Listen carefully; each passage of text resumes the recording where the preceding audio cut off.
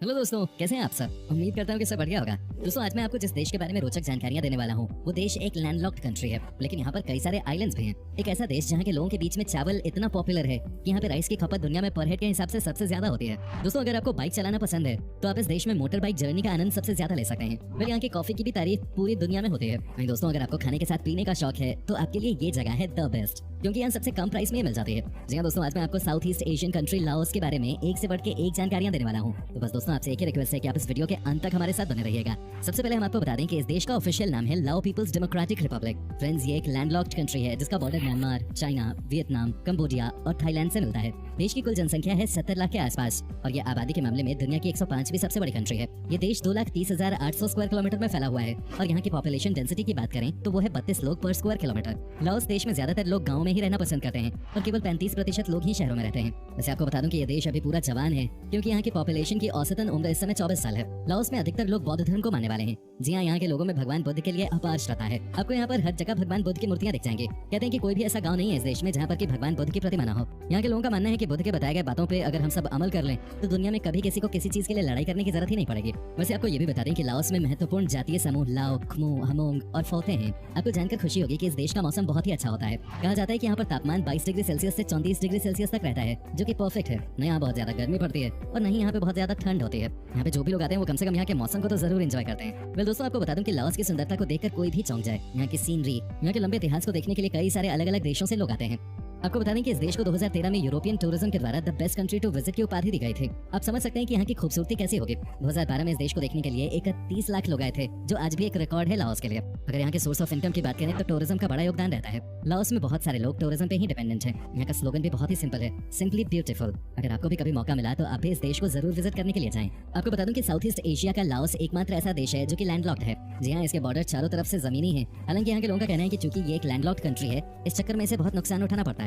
International importing and exporting में इस देश को कई बार नुकसान उठाना पड़ता है, क्योंकि यहाँ पर समुद्र न होने से डायरेक्ट ट्रांसपोर्टेशन संभव नहीं हो पाता है। तो दोस्तों, जब बात हो रही है इंपोर्ट एक्सपोर्ट की, तो आपको बता दूं कि इस देश की कॉफी दुनिया भर में बहुत पॉपुलर है। इसलिए यहाँ के कॉफी की डिमांड बाकी के देशों में काफी है, खासतौर पे यूरोप की अलग अलग कंट्रीज में। आपको बता दूं कि यहाँ से साउथ अमेरिकी देशों में भी कॉफी को एक्सपोर्ट किया जाता है। यहाँ कॉफी प्रोडक्शन की मदद से बहुत सारे ऐसे लोग हैं जो कि अपना घर परिवार चला रहे हैं। दोस्तों, क्या आपको घने जंगलों में जाकर नाइट सफारी करने का शौक है? हालांकि इस शौक की बात कम और हिम्मत की बात ज्यादा होती है। आपको बता दूं कि लाओस में आपको बहुत सारे ऐसे घने जंगल मिल जाते हैं जहाँ लोकल लोगों के साथ टूरिस्ट मिलकर नाइट सफारी का आनंद लेने के लिए जाते हैं। हालांकि इसमें कोई दो राय नहीं है कि इस नाइट सफारी में कहीं न कहीं रिस्क फैक्टर तो है ही, लेकिन सबसे बड़ी बात यह है कि आपको एक अलग ही लेवल का रोमांच मिलता है इस तरह के जंगलों में जाके।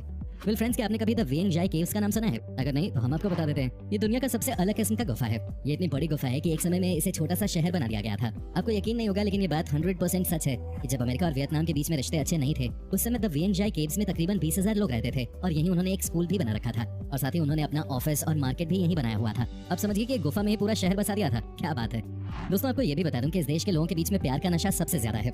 जी हाँ, यहाँ पर 65% शादियां लव मैरिज होती हैं। कहते हैं कि यहाँ के लड़के लड़कियां आपस में बहुत फ्रैंक होते हैं और अपने दिल की बात आराम से कह देते हैं। यहाँ पर प्यार का इजहार करने में कोई देरी नहीं करता। क्या बात है। आप भी चाहो तो इस देश के लोगों से कुछ सीख सकते हो। फिर दोस्तों, साफ सफाई को लेकर लाओस में लोगों के बीच में बहुत जागरूकता है। यहाँ के लोगों का मानना है कि साफ सफाई अगर ना हो तो फिर काम करने में मजा ही नहीं आता। मेरे ख्याल से ये ठीक बात भी है। कहते हैं कि यहाँ के लोगों के बीच में सफाई को लेकर इतनी अच्छी आदत पड़ी हुई है कि मानो लोग एक पल भी गंदगी में रह ही नहीं सकते। यही वजह है कि लाओस देश बहुत ही साफ सुथरा है। इस बात पे एक लाइक तो बनता ही है दोस्तों। वैसे अब हमारे देश में भी सफाई को लेकर लगातार काम किया जा रहा है। दोस्तों, अगर आपको भी मोटर बाइक चलाने का शौक है तो आपके लिए देश जन्नत है। बता दें कि लाओस में न चाहते हुए भी आपको ऐसी रोड ट्रिप्स पे जाने का मौका मिल जाता है कि चाहे आप कितने भी क्यों न थक गए हो, लेकिन आप जाते हैं और यहाँ के पहाड़ी रास्तों पे बाइक चलाते हैं और सारी थकान गायब हो जाती है। कहते हैं कि ये वाकई में कमाल की जगह है बाइकर्स के लिए। यहाँ एक द लूप नाम का 4 दिनों का इवेंट होता है जिसमें कि हजारों की संख्या में बाइकर्स हिस्सा लेने के लिए आते हैं और अपना टैलेंट दिखाते हैं। कहा जाता है कि यहाँ के लोगों के बीच में भी बाइक चलाने का बहुत क्रेज है।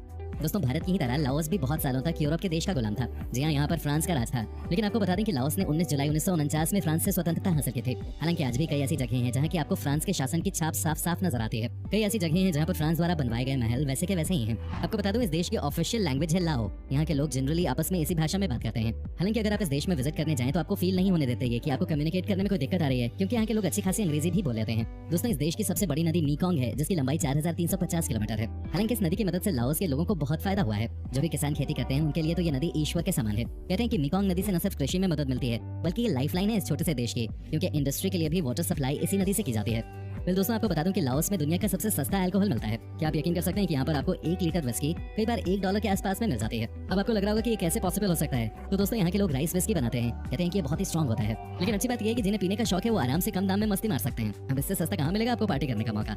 दोस्तों इस देश में साउथ ईस्ट एशिया का सबसे पुराना ह्यूमन स्कल मिला था। कहा जाता है कि ये कंकाल 46,000 साल पुराना था। चांपा लेंग गुफा में ये स्कल मिला था और इस कंकाल के मिलने से ही बात प्रूव हो गई थी कि इस देश में कई सालों पहले से ही जीवन चल रहा है। दोस्तों वैसे तो अपने हिंदुस्तान में ही कुछ ऐसे स्टेट्स हैं जहां राइस खूब खाया जाता है, लेकिन क्या आपको पता है कि राइस खाने के मामले में इस समय दुनिया में नंबर 1 पोजीशन है लाओस देश के लोगों का। जी हाँ, यहाँ का स्टिकी राइस लोकल लोगों के बीच में बहुत फेमस है। यहाँ पर पर हेड के मामले में राइस की खपत सबसे ज्यादा है भाई। वैसे आपको इस देश में राइस से बनी हुई एक से बढ़कर एक चीजें मिल जाती हैं। अगर कभी लाओस जाओ तो इनका स्वाद जरूर चखना। लाओस देश के लोगों के बारे में कहा जाता है कि यहाँ हर किसी को डांस का बहुत शौक होता है। जी हाँ, यहाँ पर आपको हर दूसरा इंसान अच्छा डांसर मिल जाएगा, ये नेचुरल है। यहाँ कई सारी ऐसी स्ट्रीट्स हैं जहाँ पर की छुट्टी वाले दिन आपको सैकड़ों की संख्या में लोग डांस करते हुए देख जाते हैं। हालांकि यहाँ का माहौल ही ऐसा है कि लोग पार्टी और डांस में तो शरीक हो ही जाते हैं। दोस्तों अगर आप लाओस गए घूमने के लिए तो हमेशा एक बात का ख्याल रखना, वो ये है कि आप जब किसी भी मार्केट में शॉपिंग करने के लिए जाओ तो यहाँ पे आपको बार्गेनिंग धमाके करनी है। आपको जानकर हैरानी होगी कि यहाँ पर दुकानदार जितना दाम बोलते हैं उससे कम से कम 50% कम रेट पे चीजें बेच देते हैं। तो आप इस बात का हमेशा ख्याल रखें, नहीं तो भैया यहाँ पे आपको मामू बना देंगे ये, तो थोड़ा बच के।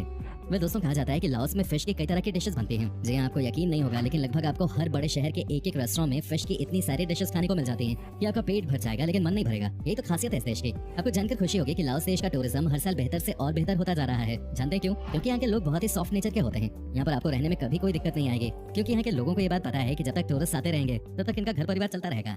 वेल फ्रेंड्स, जब बात हो रही है टूरिज्म की तो आपको बता दूं कि यहाँ पर है एक नोंगफा लेक, जिसकी खूबसूरती को देखने के बाद आपकी आंखें खुली की खुली ही रह जाएंगी। कहते हैं कि चारों तरफ से पहाड़ों से घिरे इस लेक की खूबसूरती निराली है। आपको लगेगा कि वाकई में आपकी यात्रा सफल हो गई है जब आप इस जगह पे आएंगे। ये एक हद से ज्यादा खूबसूरत लोकेशन है और यहाँ पर आपको हजारों की संख्या में सैलानी मिल जाते हैं। दोस्तों आपको बता दूं कि लाओस का नेशनल एनिमल है एलिफेंट और यहाँ के लोगों के बीच में हाथी को लेकर बहुत प्यार है। यहाँ के लोग हाथी को बहुत प्यार देते हैं और उनके लिए एक से बढ़कर एक पत्तों की व्यवस्था करते हैं। कहने का मतलब यह है कि जैसे हमारे देश में गाय को प्यार मिलता है माना जाता है, वैसे ही लाओस में हाथी को इज्जत दी जाती है। क्या बात है।